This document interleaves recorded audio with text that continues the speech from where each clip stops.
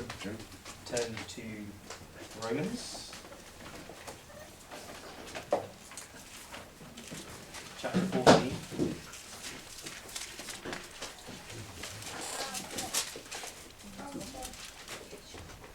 We're going to look this evening at some of the writings of Paul, and we're going to see how we can apply some of these things that he said to the church in Corinth and to others, and how we can apply that to us today. But first we'll read Romans chapter 14, and we'll start at verse 1. Him that is weak in the faith receive ye, but not to doubtful dispositions. For one believeth that he may eat all things, another, who is weak, eateth herbs. Let not him that eateth despise him that eateth not, and let not him which eateth not judge him that eateth, for God hath received him. Who art thou that judgest another man's servant? To his own master he standeth or falleth. Yea, he shall be holden up, for God is able to make him stand. One man esteemeth one day above another, another esteemeth every day alike. Let every man be fully persuaded in his own mind.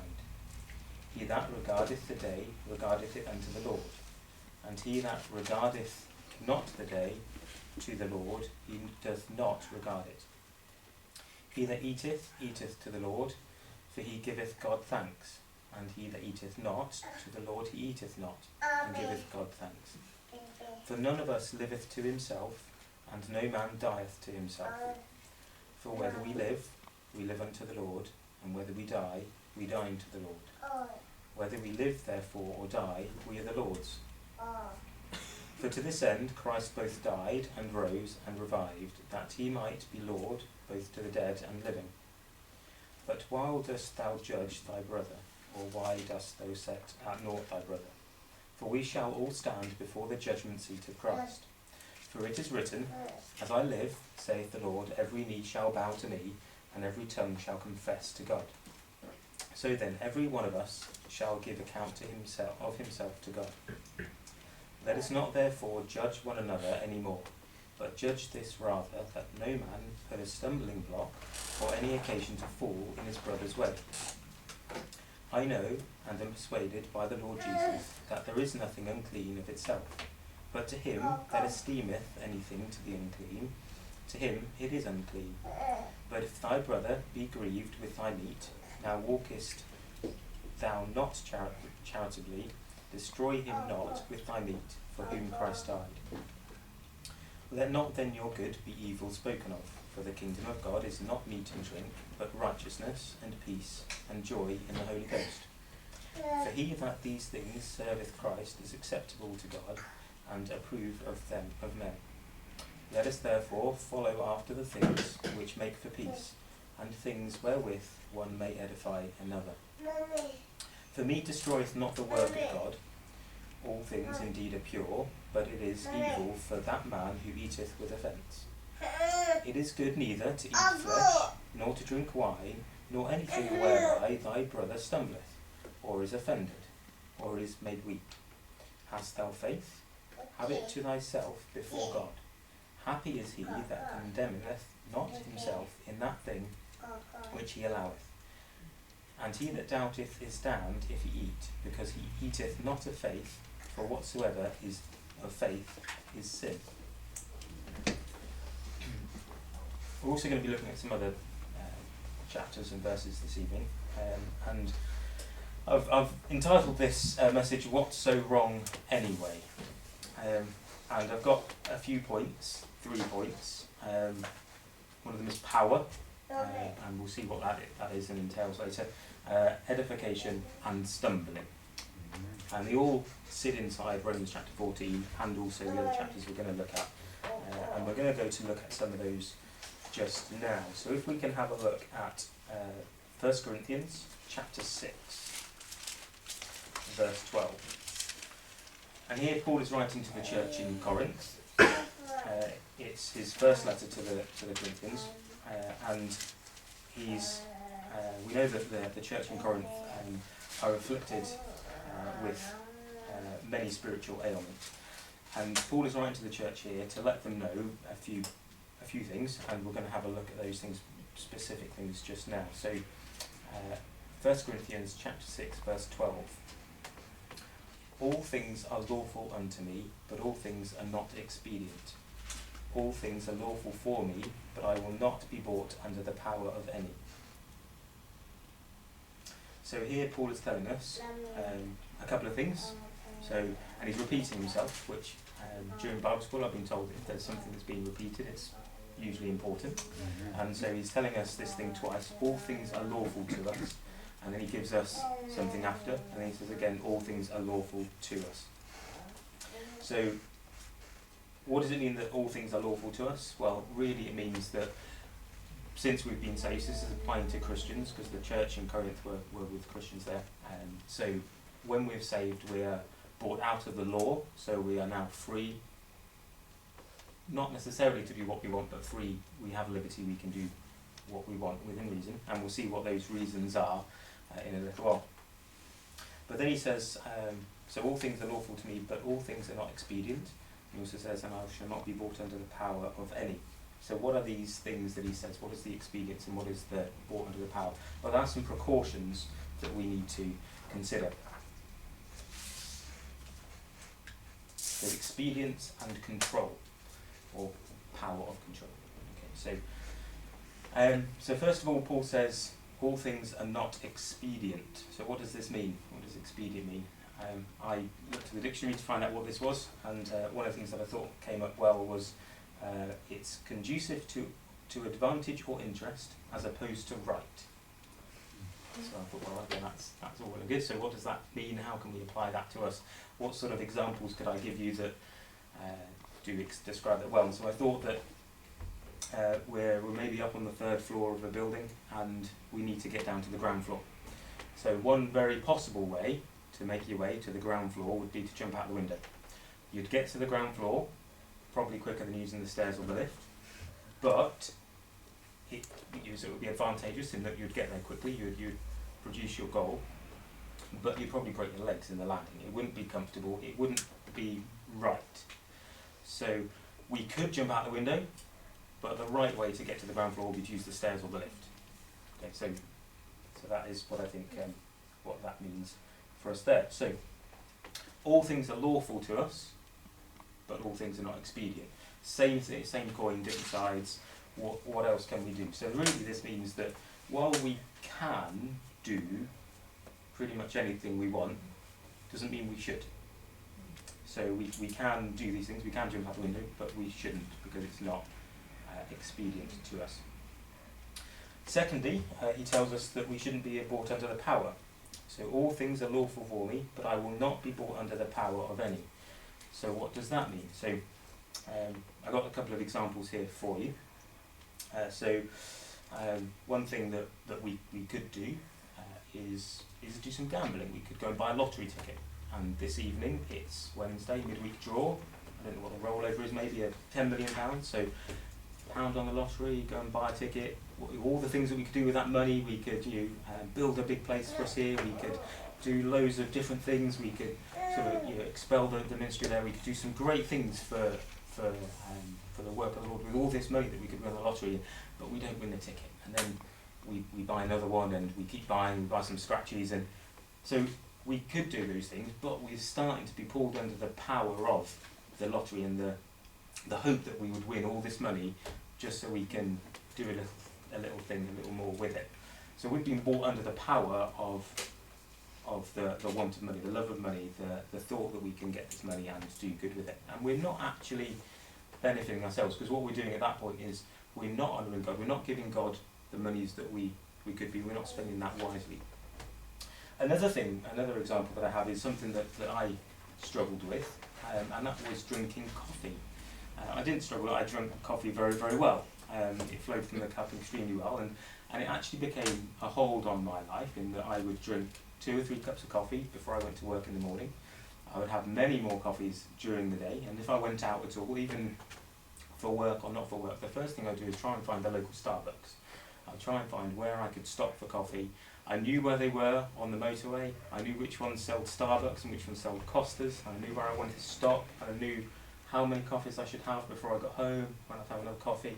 And that caught hold of me, and that was something that I was under the power of coffee. I didn't sleep well, I spent lots of money on coffee, and my life was driven by coffee. And so I had to make a change, and I've stopped drinking coffee. I still know where the coffee places are. I still go out for coffee, where I drink water or fruit juice or something else, but it's still there. But it's not something that I'm now under the power of. So I'm permitted to drink coffee, because really what's wrong with coffee? There's nothing wrong so much with coffee. But for me it was the power that coffee had on me. There are a few other things, and this is not an exhaustive list, but there's a few other things that people might be brought under the power of. Maybe drinking alcohol, maybe smoking, maybe watching TV, playing sports or doing exercise. These are all some things that we can be brought under the power of, that they can direct us when we want to get up, when we're going to get up, what we're going to do during our day to day. And so it's not an exhaustive list, but it's some things there, and there may be things that are in your life that are having power over you, and that determine when you get up and when you go to bed, and where you go and when you walk and so on. So when these things control us, it's sin, and we need to consider removing them from our lives. So maybe that's just for a season, maybe that's for good. So if it's a sports thing, it may be that we just stop doing sports as much as we do, but then maybe we can come back to those later once we've aligned our life with how it needs to be, and that we're on the right track with God. So how can we know whether these things are right or wrong? How can we know whether they're going to have power over us or not? Because a lot of these things are not in the Bible to say, thou shalt not do this, thou shalt not do that. So, for example, with my drinking issue, there wasn't a chapter in the Bible or a verse that said, thou shalt not drink a Starbucks skinny flat white. It just wasn't there. I looked, I couldn't find it. So I could drink skinny flat whites, I could drink regular flat whites, I could drink double espressos, whatever I wanted to drink, but I knew that had power with me. So how can we know whether these things are okay for us to do, or how can we know when we need to maybe stop doing these things? Well, because they're not telling us, there's not this chapter that tells us we should or shouldn't do this thing, we can look to this chapter in 1 Corinthians chapter 6 verse 12, where it does tell us that all things are lawful to us. So yes, we could do them, but they're not necessarily expedient, so they're not going to be good for us, they're not going to be the right thing, and that we shouldn't be brought under the power of them. So, self-check. Am I doing this thing? Has it got power over me? Am I just doing these things all the time without a thought? Then we should maybe reconsider whether we do those things at all. So, if we're doing these things, and it does have power over us, we should stop it, because it's become an idol, essentially. It's taking the place in our hearts, the place that should be reserved only for God. So we need to correct that. Okay, let's turn forward a few pages to 1 Corinthians chapter 12.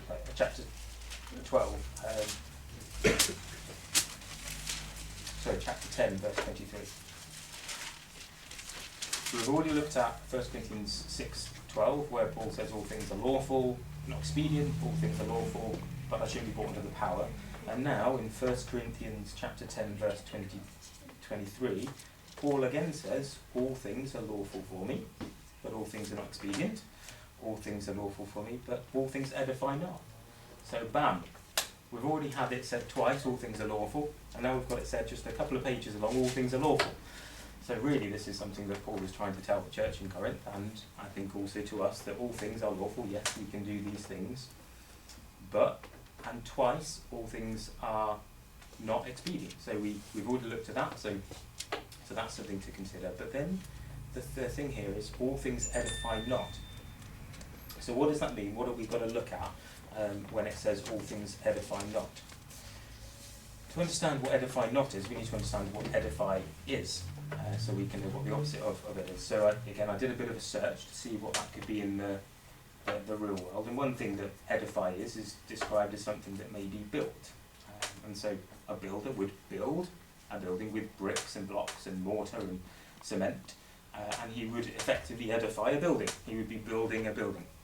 To be non-edifying, he's either not building his building, so he's on holiday, and the building is just there with the scaffold up around it, or he's taken the bricks down.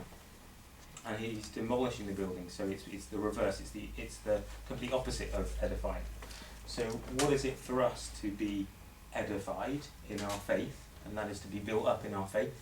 So we can do that by reading the Bible, by praying, spending time in the Word, and also in fellowship with other believers. So we could look at edification as similar to our spiritual growth. And we can do this, which does move us forward in our knowledge and obedience of God. And so we do that really by reading, studying the Word, and in prayer. So we can do all things, but some things do not build us up.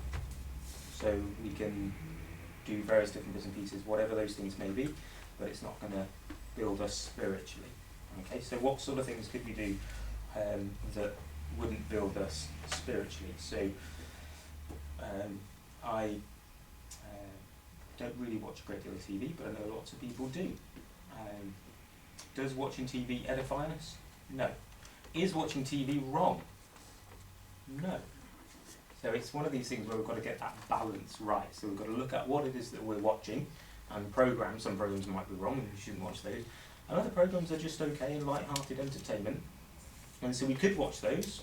So it's lawful for us to watch them, but watching them doesn't necessarily build us up. And we can also take that a bit further by looking at that if we are just sitting watching TV, and we could watch TV for hours and hours, and then we're not spending time in the Word, we're not spending time praying, and whilst we may be with people, we may be with brothers and sisters, we're not actually in fellowship with them, we're just mindlessly watching something that's on the box. Some other things, so I mentioned earlier that maybe we should reevaluate what we do if we're doing sports. I do a lot of sports, and I run, and recently I've been running through Ferry Meadows. Is that edifying? Is it not edifying? Well, as I run through Ferry Meadows, can see the beauty, the creation that God has made, see the lakes, see the trees, see the birds, see all the wildlife, and that's really nice, and I can be thankful to God for that, for His beautiful creation. So whilst I can do something that's fun, I can also, in that thing, enjoy God's creation and be built up in that. So we've had a look at things that we can do that are expedient or not expedient. We've had a look at things that we shouldn't be brought under the power of, and also things that we should do should edify us and maybe not edify us. So this chapter, 1 Corinthians 10:23, further on it starts to talk about, it's really this chapter, while I've looked at it on other things, on sports and television, it's actually talking to the church there about meat and eating meat that's been offered to idols. And there's a huge amount that we can go into on that. We won't for the moment. But what this does lead us to nicely is back to Romans chapter 14. So we'll just go back to Romans chapter 14, which is where we're going to stay for most of the rest of the lesson. We've got a few other chapters and verses to go to. So Romans chapter 14, we read it just a moment ago, and that's got a load of things in there that say that these things that we can do, we shouldn't do, maybe we should do. But we shouldn't do these things if it's not going to edify us, and we shouldn't do these things if it's going to cause another brother to stumble or cause offence to them. So that's my third point, is causing somebody to stumble. So what things can we do? So we've had a look at all of these things, and for me, I went back to an example of myself. I don't watch much TV because it's not a good thing for me. Now, I know Jackie likes to watch TV, and she's fine with that. But if I get caught in TV, I'll get caught into the show, and I want to watch the next show, and I see the advert, and I sit there, and before long, hours have gone by, and I've been wasting my time watching TV and watching trash, and it's 10 o'clock, and I've not done any study, and I've not spent time in prayer, and so I then feel a bit sort of dull, and it's not great. So while it's fine for Jackie to watch TV, if she watches TV, it can, and I'm in the room, then it can start to pull me down. So she can cause me to stumble by her watching TV. Okay? So we've got to make sure that things that we do not cause another brother or sister to stumble. And again, this is mainly talking about the people there where meat has been offered to idols, and one person may think that that's okay to eat, another may not, and we can read that in a bit more detail in a moment. So, in Romans chapter 14, we'll go straight to verse 14, and we'll read verse 14 and 15. I know and am persuaded by the Lord Jesus that there is nothing unclean of itself. But to him that esteemeth anything to be unclean, to him it is unclean. But if my brother be grieved with thy meat, now walkest thou not charitably, but not him with thy meat, for whom Christ died. So this here is telling us it's about the guys who there's been meat and the meat has been sold fairly cheaply, and people are wanting to buy this, and there's good reason to buy cheap meat. But some of this meat, or all of this meat, may have been offered to idols, and if you know it's been offered to an idol, while it's saying that it is clean for us, it's fine for us to eat, it's pure for us, then if there's a brother who says to you, this has been offered to idols, I don't think you should be eating that, it's not good, it's been offered to the idol of, or the god of another religion, then we should respect that and we shouldn't eat that. Not because it's going to defile us, but because it's going to potentially cause that brother to stumble. It's going to cause upset to that other brother. And so while it's okay for us, because all things are clean for us, it doesn't mean that we should do it because we're with someone who is needing us not to. So that can be looked at with a fellow Christian who may have been a Jew, recently converted, and they wouldn't eat pork. I like pork, we might have them over for dinner, we wouldn't cook them pork. We've got to make sure that what we're doing is right for them, because they would potentially still feel in their heart that pork is not clean to eat, and so we respect what they are saying there. So we can take this further and not just look at it being about the meat that we're eating or not eating, but we can have a look at it in all sort of areas of life. So is it right or wrong to drink alcohol? Is it right or wrong to do all the things that we've already looked at this evening? Some of them might be wrong, some of them might be borderline and not necessarily telling us, but we need to consider what we're doing and whether it's going to cause another brother or sister to stumble. So certainly you have a look at the things that you're doing and see if those things are not edifying to you, see if those things are not actually helpful to you or profitable, and if those things, while they're okay to do, whether those things are not benefiting you or others. Let's just turn quickly to Titus, chapter 1, and verse 15.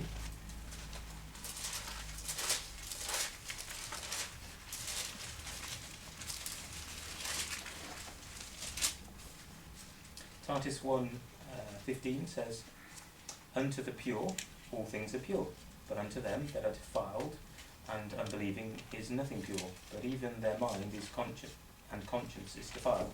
So this again is relating to the meat, we can sort of point it in that way, or anything else that maybe we would be looking at thinking. So while we know that these things are pure, and in themselves these things might be okay, doesn't mean that we should do them, because our conscience might be marred. In our conscience, in our minds, we know that maybe it's wrong, or we think that it's wrong, so we shouldn't do that ourselves. And let's turn to Revelation chapter 2, verse 14.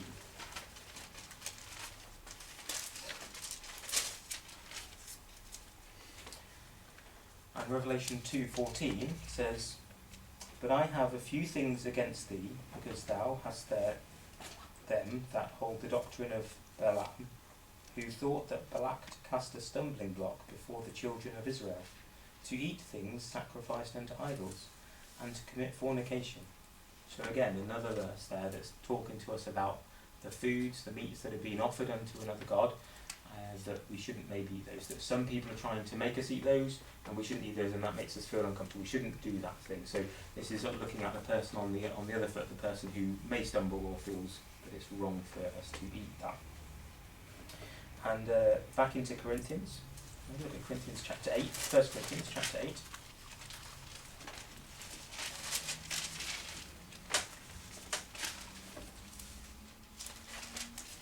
Verse 7 to 13. Howbeit, there is not in every man that knowledge, for some with conscience of the idol unto this hour eat it as they offered unto an idol, and their conscience being weak is defiled.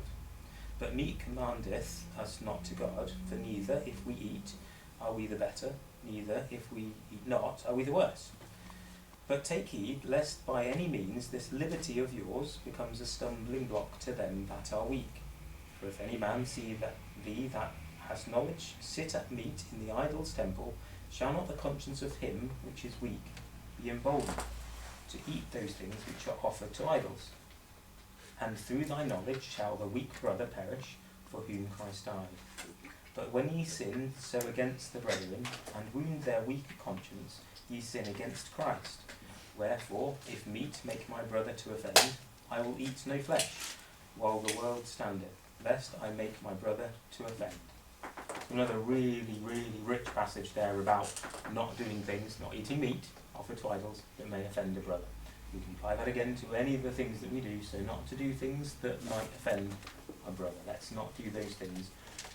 If we're unsure, let's not do it. And finally, if we turn to 1 Corinthians 10, 33. So we've had a look at the things that we can do, so we can do all things, so we're not under the law, so we're okay to do these things, we're freed, we've got liberty to do these things, not necessarily a license to do what we want, but we've got some freedom there. But we shouldn't do the things that aren't expedient, we shouldn't do the things that will bring us under the power of themselves, and we shouldn't do things that do not edify us. And these all kind of come together for one big thing. The main thing, which is what this is all about, is living a righteous life, living a godly life that's showing the non-believer a good testimony that we're not in contradiction, we're not in conflict with our brothers and sisters, and that then non-believers will see this, and that they will, through that, at some part, understand what it is being a Christian. So in 1 Corinthians chapter 10, verse 33, even as I please all men in all things, not seeking my own profit, but the profit of many. So that's me going, I'm not going to do this, I'm not going to do that, because I'm looking to help these other people and not cause anybody to stumble. Even as I please all men in all things, not seeking my own profit, but the profit of many, that they may be saved. It's the main thing, isn't it? It's that we'll see people saved. So if it means that I'm not going to eat something, I'm not going to eat it. If it means that someone will be saved, someone will see that, someone will see that I'm getting on with another brother or sister, someone will see that there's not conflict, that someone's not stumbling, that I'm not causing, not sticking my leg out and causing someone to trip up. We're all in this together, and it's not a big deal if I don't eat some meat, even if I think it's okay. Not a big deal if I stop doing some things. While it's been very short, very quick, it's important, I think, for us to have a look at the things in our lives, the things that we may be doing, that on the surface they're not wrong. There's no passage that says don't drink the skinny latte. But we need to consider, are those things that we're doing, are they going to cause someone else, a brother or sister, to stumble? And are they going to cause conflict? And are they going to cause misunderstandings between those that are not saved, that they may not then become saved?